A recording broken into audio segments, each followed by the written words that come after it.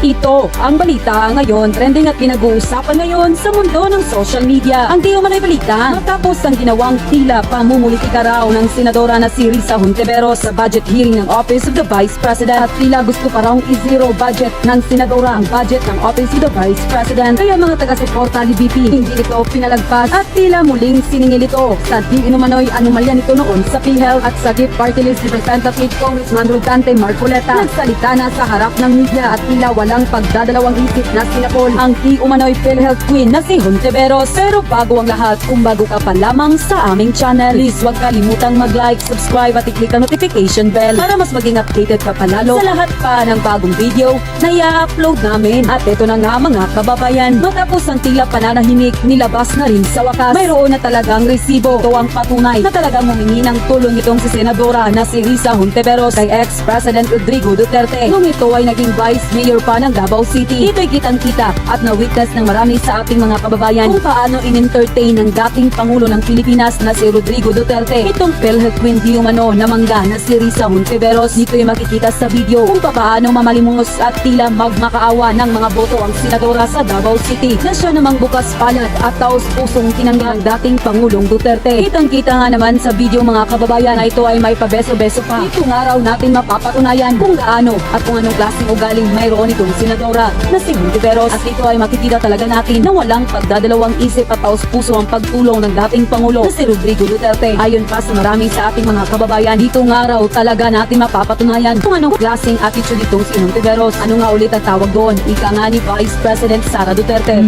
Diba manggagamit? At ngayon, eto na, nilabas na ng marami sa ating mga kababayan ang ebidensya at resibo. Kaya hindi makapagsalita ngayon ng senadora dahil totoo ang nangyari. Matapos mong manalo PhilHealth Queen noong eleksyon, ay nagawa mo pang traidorin ng dating Pangulo na si Rodrigo Duterte at di pa nakontento. Tila nilahat pa ang lahat ng Duterte. Kaya ang tanong ng marami sa ating mga kababayan, ano ba ulit ang tawag sa ganitong pag-uugali Risa? Diba manggagamit? Samantala, matapos ang balitang ito, ay hindi naman pinalagpas sa mata ng marami sa ating mga kababayan na magbigay ng kanilang hinaing at komento sa mundo ng social media at tila muling singilin ang senadora sa di umano'y anomalya nito noon sa PhilHealth. At ayon pa sa kanila, obvious naman talaga na pinupolitika nyo lang ang budget ng OVP kasi gusto nyo na zero budget para hindi makagalaw ang Vice President at gusto nyo na malugmok talaga mga Duterte. Ay senadora, unahin mo munang linisin ang perang nawaldas nyo sa PhilHealth. Dapat yan ang unang litisin sa Senado para managot ang dapat managot. Kung mapatunayan ay dapat makulong agad. Sobrang ganit din nyo sa kapangyarihan. Hindi na ninyo inisip ang taong bayan na mas lalo pang naghihirap ngayon at halos walang makain.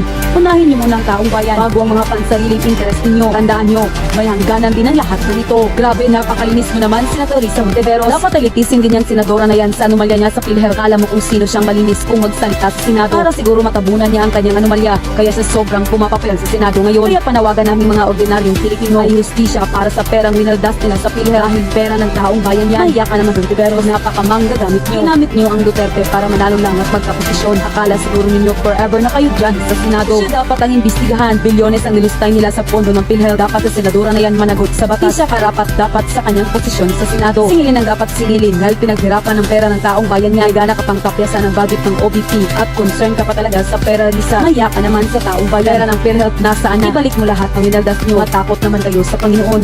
Laro pa sa sikat ng araw. Pinupolitika mo lang ang budget ng Vice President. Hindi kami mga bulag, mga ordinaryong Pilipino.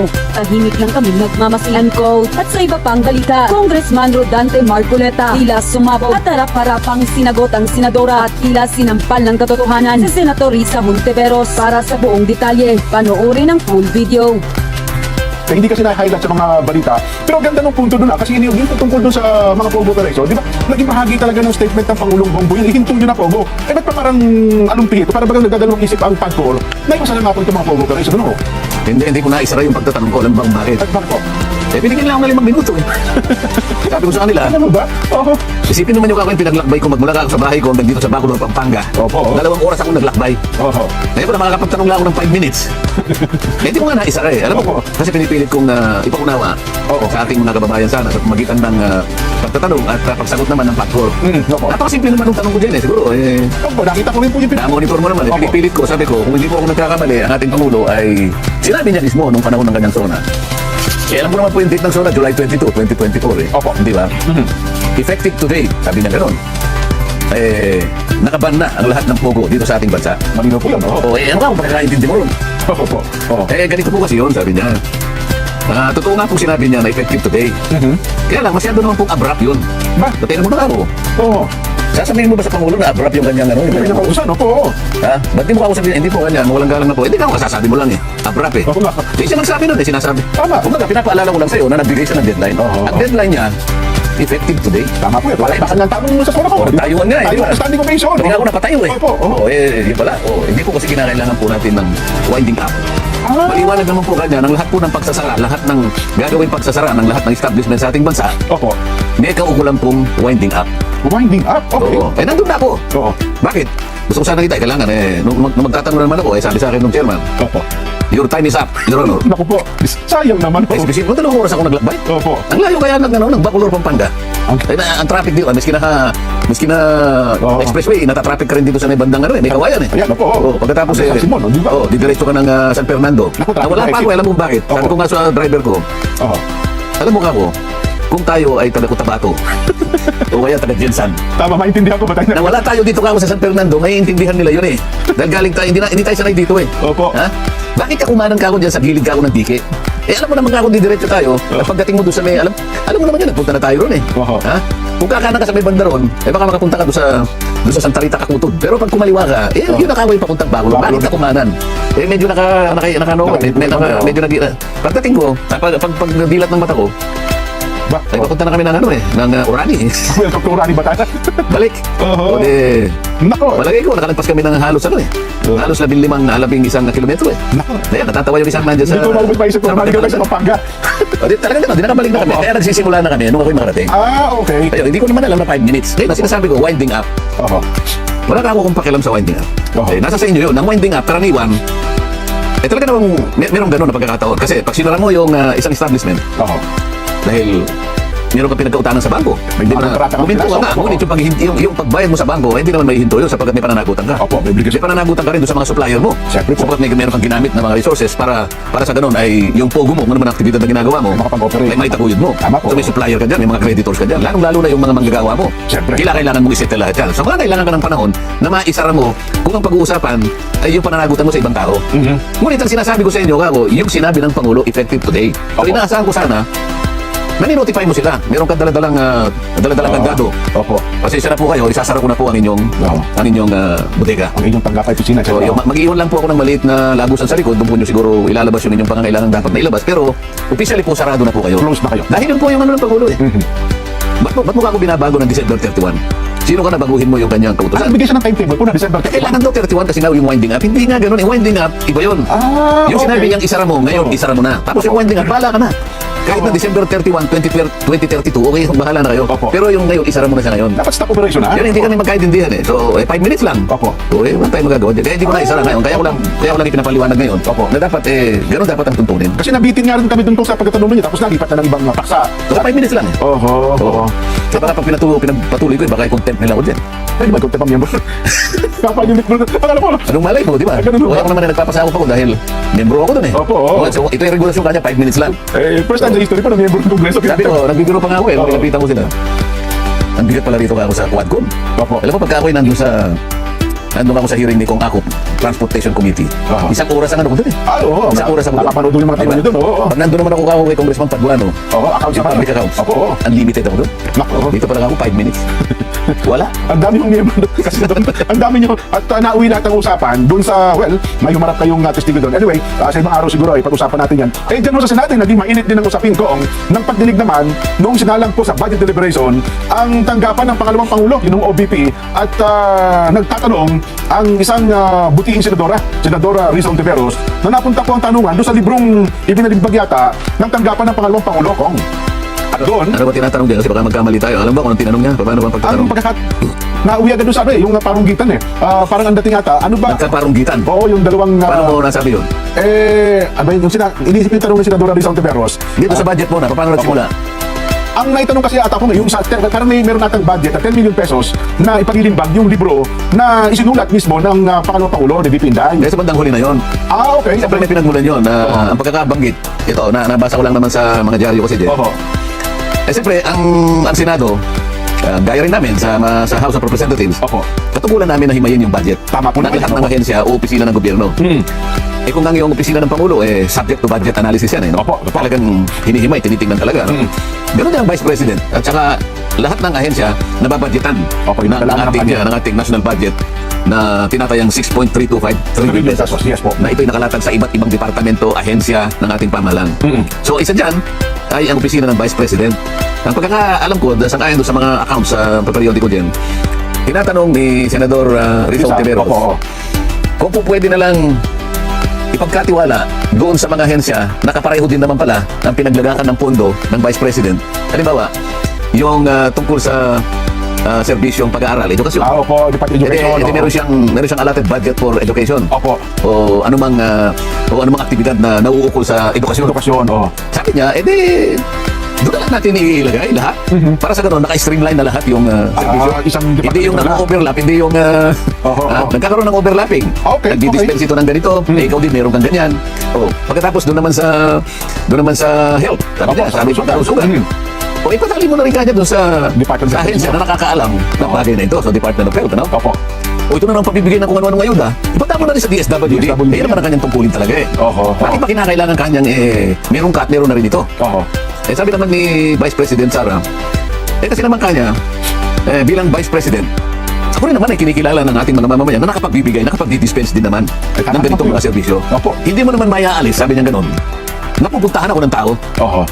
Alam mo, totoo yun dyan, At practice naman talaga yun po. Sa amin lang, Ayan, opo. ako ba'y tagabigay ng, hindi namin tungkulin yun, Oo. Ang tungkulin lang namin, siguro, kung merong ibibigay yung gobyerno, padadaan sa amin. Oo. Ngunit ito, hindi namin pwedeng ilagay sa aming budget, Wala kaming gano'n, Totoo po. Ngunit ang Vice President dyan, tingnan mo, ang Vice President, ang importansya ng kanyang opisina, ito yung naghihintay na maging Pangulo, Kung sakasakaling may mangyari sa ating, ito yung Succession, opo. ito yung ating saligang batas dyan, Tama. Ang ating saligang batas, meron talagang isang opisina na pinaglalaanan na kung may mangyayari sa ating Pangulo, kailangan may papalit. Yun lang naman ang kanyang Aha. Kumbaga sa sasakyan, sabi nga natin, Reserva. alam naman ng Vice President yun, Totoo naman po. Reserva ka. Di ba? Reserva ka. Yun ang ating tuntunin, Yun ang sistema ng ating gobyerno. Kinakailangan ay merong continuity. Yes. Oho. Ngayon, dahil ikaw ay Vice President, tinitingala ka rin ng ating mga kababayan. Alam nila na kapag di-dispense ka rin ng serbisyo. Halimbawa, may dumating na tao sa kanyang opisina, grupo ng mga tao na nangangailangan, Madam Vice President, pwede po ba niyong tulungan naman kami sa aming napakalaking pangangailangan? Sasabihin ba namin, ano pong pangangailangan niyo? Ito pong mga ganito, pumunta po kayo sa departamento na ito pong ganyan. May mga karusugan po problema kami, May masasabi yung tao, Ano ba naman yung bigyan mo rin siya ng konti sapagkat may darating din naman, Oo. Hindi naman mauulit yung binigay niya, Di ba? Sapagkat yung binigyan niya na yun, hindi na pupunta sa sapagkat meron namang mekanismo dyan, Opo. Na yung repetition na duplication, mawawala Nawawala na yun. Hindi na ubra. Hindi ubra. So, alam kong gagawin naman nila, bibigyan po namin kayo pero hindi na po kayo masasali sa maring ibigay po ng isang departamento kasi doble na po yun. Ayun. Ganun naman yan, Meron tayong merong mekanismo naman na tinutuntun. Ngayon, doon sa ganung klaseng pananagutan din, hindi mo maikakaila na kailangan ng Vice President yun. Kaya ang pagtatanong naman na, At saka yung mga kung practice ng lahat mga naging Vice President ng bansa, kaya nga, bakit naman sa ngayon, kinakailangan kilatisin mo na lahat, kinakailangan himayin mo na lahat, bakit ngayon, inalisan mo na nga ako ng confidential fund, Oo. Pati ba yung mga pondo na dati namang ibinibigay sa opisina mo, questionin mo pa naman. Oo. O kaya nga nagkaroon sila ng parang hindi mabuting paliwanagan, napagkamalan yata yung senadora na may personal. Hanggang sa dumating sa libro, Jen. Ayun, opo. Ano ba yung libro na yun? Yun daw itong libro nga, sabi, nagkakahalaga po ng 10 milyon na kinu-question, bakit kinakailangan magpalimbag pa ang tanggapan ng pangalawang Pangulo? Isang kaibigan, ang titulo pala niyan pong na iniakda daw ata mismo ng pangalawang Pangulo. Yan ba yung cover? Opo, yung cover po yan. Ano yan, isang ibon tsaka isang sisiw? Kuwago po yung isa. Kuwago. Isang ibon at isang kuwago. Interpret mo nga yan, Jen. Opo, kwento ni Inday Sara Duterte. Pwede ba magkaibigan yung, ano ba yan, pipit o loro? Ano ba yan? Wala po na basta parang isang klase lang po ng ibon ko Yung bang kuwago ibon, hindi? Isang ko po, ibon din. So, pala yung ibon yan. Opo. Kaya lang mukhang, alam mo yung ibon Oo. birds of the same feather, flock together. Pag hindi kayo magkabalahibo, mukhang ito hindi magkabalahibo yung dalawang ito Nagsimula nga na po, ang kwento para hindi mo isang magkaibigan. Yun, hindi ko po nabasa ng Hindi nga, kapag titingnan mo ito, Jen, Opo. pag i-interpret mo to, Oo. ito yung isa, ano yung isa? Anong klaseng ibon? Kuwago po isa naman, sabi natin loro. Oo, loro. Oo. Sa mga twig, sa tunay na ibon na kuwago at saka yung loro, maring hindi sila pwedeng magsama. Dahil tama hindi po. magkabalahibo yan Oo. Naalala mo? Birds of a feather, Same feather. flock together. Yes, opo. So baliktarin mo yon, yung hindi magkabalahibo, hindi pwedeng Hindi magsama. magsama, yes. Pero dito, sa cover, gusto niyang pagsamahin. So, ako tingin ko dito, advocacy ito, Jen. Yes po. Kahit na yung nag-aaway, pwedeng maging magkaibigan. Hindi ba tama yun? Totoo po yun. Totoo naman po. Anong masama doon? Alam ka naman, puro lang kayo magkakaibigan. Hindi ka ba mag-iisip na pati yung kalaban mo dapat maging kaibigan mo rin? Wala naman po. Halimbawa, ako, nag-advocate ako. Hindi lang yung malawakang pagbabasa. Sapagkat kulang ang pagbabasa ng mga tao ngayon, mga ano natin, mga Ito estudyante. yung po ang punto pala ni BP Inday ko. O yung punto kinakailangan magbasa. Panaganapin yung pagbabasa. Pagganapin ang pagbabasa at Oo. kinakailangan yung binabasa mo, naiintindihan mo. Yes. Kasi maraming nagbabasa ngayon, marunong lang siya magbasa. Opo. Pero hindi niya naiintindihan ang binabasa niya. Di ba Ay, problema yun? totoo po yun. Oo. Direk Edward. Oo. Oo. Ngayon, yun lang ang unang step. Oo. Ang gusto niya dito, ma-advocate niya, pati yung hindi magkakabalahibo, maging magkaibigan. Ayun. Di ba napakaganda ng advocacy niya? Totoo naman po. O, anong problema mo? Kung Isang sa kaibigan. Ano ang problema mo? Tinatanong mo pa akong ganyan. Ano rin ako si BP? Opo. Bakit mo ako tinatanong ng ganyan? Naintindihan mo yung advocacy ko? Well, hindi na nga naipush yung ganyang bagay ko. Natanong nga kasi nagkaroon na ng patudsadahan sa Eh, paano magkabilang natin? party. Oo. Mukhang na may personal ka dyan eh, di ba? Pati ba naman yung advocacy simple lang ito, hindi mo pa pala binasa, question mo na eh. Yun na nga. Mabuti sana kung halimbawa bago ka nagtanong, binasa mo muna. At may nakita kang hindi magmabuting pinupuntahan siguro ng libro, baka sakaling may punto ka ng konti. Pero dito lumilitaw, ni Cover hindi mo tinignan eh. Mabuti pa ako nakita ko ngayon eh. Oo. Magandang advocacy ito dyan. Ma-interpret natin, no? Isang kuwago at siyang loro, pwede ko nang magsama. Oo, naging magkaibigan. Di ba? Sa huling, may nakita ko, na-screenshot ko, sa huling pahina, ang sabi ko to, last part lang yung binanggit sa akin eh, kung hindi para patunayan na sa oras ng pangangailangan, ang tunay na kaibigan ay hindi kailanman maglalaho. Yun Oo, di ba? Yun ang ano. Oo. Pero sa kahuli-hulihang pahina, na ito ata ang talagang target, mukhang na-preempt lang eh. Kasi inunahan Anong target? Anong nakita sa Itong kahuli-hulihang kahuli-hulihang pahina, na-preempt ito kasi inunahan na ni BP Inday kasi yung line of questioning ni Senadora Ontiveros, nabasa na niya na uuwi dito sa huling pahina eh. Na ang huling pahina po, nandun ang larawan ni BP Inday Sara na nakalagay sa huli, kilalanin si Inday Sara Duterte. Si Inday Sara ang ika-15 pangalawang Pangulong Pilipinas. Siya rin ay naging alkalde ng lungsod ng Davao at kalihim ng kagawad ng edukasyon. Siya ay isang tunay na kaibigan. Yun po. O may masama ba ron eh?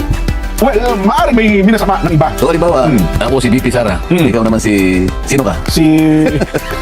Sabihin mo na. Oh, halimbawa ako si Chis Escudero. Ayaw mo pa kasi. Okay. Hindi ko mara, question mo. Opo. Sapagkat nakalagay doon sa akin, Rodante Marcoleta. Yan. Ika ilang ano? Ika-15 pangalawang Pangulo. Rodante Marcoleta, ika-18 pangalawang Pangulo ng Republika ng Pilipinas. Opo. Taga-Tarlac at anak ng magsasaka. Yan. Isang mabuting kaibigan. Oo. Halimbawa, question mo ko, ito sasabihin ko sa'yo. Mr. Jen Escudero, Opo. Opo. gusto mo ba na ilagay ko rin ang litrato mo rito? Oo. O kontra ka pa ba pag nilagay ko litrato mo rito? Ay, hindi na. Ha? Hindi na. O ilalagay ko litrato mo. Opo. Senador Jen Escudero, Opo. isang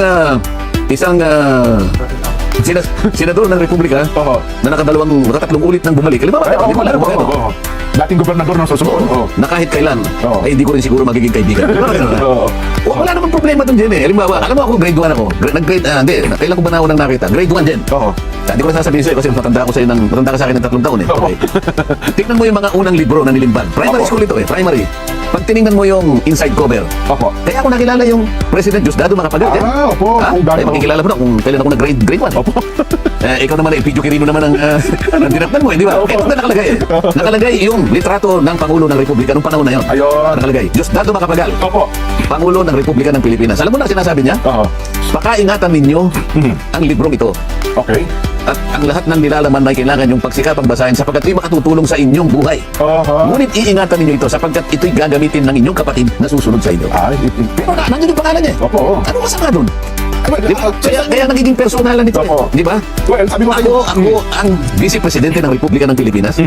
Yun ba yung mga tanong na tatanong mo sa akin?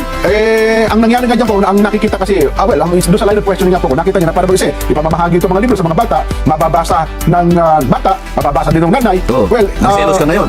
parang indirectly, Hindi ko mukha ka rin ng libro mo. well, Hindi problema ito, gagawa ka ng libro mo. well, yun na nga po, indirectly, parang ang dating parang campaign strategy ang bagay daw na po ito. Napakababar. Alam mo, yun pinakamalayong mangyayari. Sinasabi ko nga sa'yo, ang libro ay isang advocacy. Lalo na kung pinamagatan niyang isang kaibigan. Opo. Ako hindi ko kukontrahin yun dyan. Kung ako ay, baka ako ay baka makagawa nga ako, baka kopyahin ko pa yun eh. Pwede. Kasi isang advocacy, hindi lamang sa nag-i-invite ka ng malawakan na pagbabasa sapagkat kailangan naman talaga masanay yung mga batang mag-aaral ng pagbabasa. Oo. At pagkatapos yung advocacy mo, kahit hindi kayo magkabalahibo, na kagaya ng sinisimbolo Nung ng ibon cover ka ng ng libro loro. ito, Opo. ihikayatin ko siya maging kaibigan. Oo. Yun ang dapat natuntungin eh. Paano kasi, ang pinag-uusapan, tama siya eh. Oo. Pinopolitika lahat eh. Oh, yun na nga po. Di ba? Kung ako si Senadora, pwede bang ilagay mo ako dyan ng nihil of stat? Ako ang imprimatur. Mga ganon. Para lang maisama ko yung pangalan ko sa Oo, siguro, diba? di ba? Wala naman siguro masama doon. O kaya sabihin niya, pwede mo bang palitan yung title? Oo. Kasi Kuwago at saka Oo. ano yun, Loro at saka Loro. Kuwago. Oo. O di pareho silang may litrato ngayon. Ayun. So si BP Inday, Loro, Oo. yung isa Kuwago, di ba? Tapos ang title, Oo. ang magkaibigan. Ayun. Okay, di ba? Parang walang usapin tungkol dyan. Ang libro pala Kong ay kwento ng isang puwago na nawalan daw po ng isang kaibigang ibon at tahanan na sa isang bagyo. At isang pala kaibigan na loro ang tumulong sa kanya na muling itayo ang kanyang pugad. Yun pala ang pinaka-gist ng Oh, story. di tama-tama ngayon, nakahanap tayo ng puwago, di ba? Opo. Mukhang maganda yung pagkakabanat ng dalawa eh. Ngayon, nakita mo ngayon kung sino yung loro At kung sino yung puwago. Oo. Oh. Well, Oh, Vox Populi. siguro, tanong natin sa kanila, dapat bang masamahin, no? Ano ang ang tanong mo? Oh. Sino mang puwago at sino yung loro? Ano ba naman yan? Baka sabihin, ito sa kanang mamamayan eh, ginagatungan pa yung... Ang saga ng mamamayan dyan ay peacemaker. Ay, opo, tama. Kailangan ipaalam natin sa mamamayan, ito pong programang ito ay hindi po pinagmumulan ng pagkakanya-kanya. Hindi po. Kami po ay peacemaker. Pag nagko-comment po kami, ang gusto namin, yung mga kuwago at mga loro, maging magkaibigan. Magkaibigan. Dinidiscuss po natin sapagkat ito po ay merong napakalaking significance sa lipunan. Sapagkat kapag naipunla po natin ang pagkakaisa, Oho. ay napakaganda po sa bansa natin. Oho. Kaya po ina-analyze natin, dapat po kung mga senador kayo, pag magtanong naman kayo, huwag naman po yung... Tama ba sabi ni Senate President na karapatan naman ayun ng mga senador na magtanong? Wala tayong debate sa karapatan nilang magtanong. Totoo naman po. Sapagkat yun. Ngunit, Trabaho talaga nila yun. ngunit, kayo po'y nakikita at naririnig ng mamamayan. Oho. Kaya yung pagtatanong po ninyo, ayusin nyo. Oho. Sapagkat kayo po ay susukatin sa uri ng mga tanong na itinatanong ninyo. Bagay Diba? pa kayo dyan, Kong. Yun ang atin, di ba? Oo, Vox Populi. Di tuloy na, doon sa atin. Dapat gusto ko sana tanong sa kanila kung dapat sa kayo ba silang ituloy na lamang yung pagpapagawa ng libro ng tanggapan ng pangalawang Pangulo. Kasi gino-question nila, parang plano ata ngayon, ay hindi na itutuloy. Kaya ganun tinanong natin, di parang sinakyan natin yung walang kakwenta-kwentang pagtatanong na yun. Diba? Siguro sabihin na lang natin, Opo. ganun ba? Ganun ba dapat ang paano ba yun? Kasi Paano ang gusto natin kasi puro policy questions eh. Okay. Policy questions na ang ibig sabihin, kailangan yung mga tanong ay talagang doon lamang nakasalalay, nakabatay doon sa budget. Alisin natin yung anumang personal na maaaring May maisangkot motibo, o motibong personal na nakasangkot doon. Oho. Sa kaya ang tanong mo, dapat bang ang pagtatanong tungkol sa budget ay meron pang mga personal na motivation? Ayan. May personal na motibo, no? Oo, Mga ganyan. oo. Ay, Dapat bang personalin ang mga pagtatanong na uukol sa ating national budget?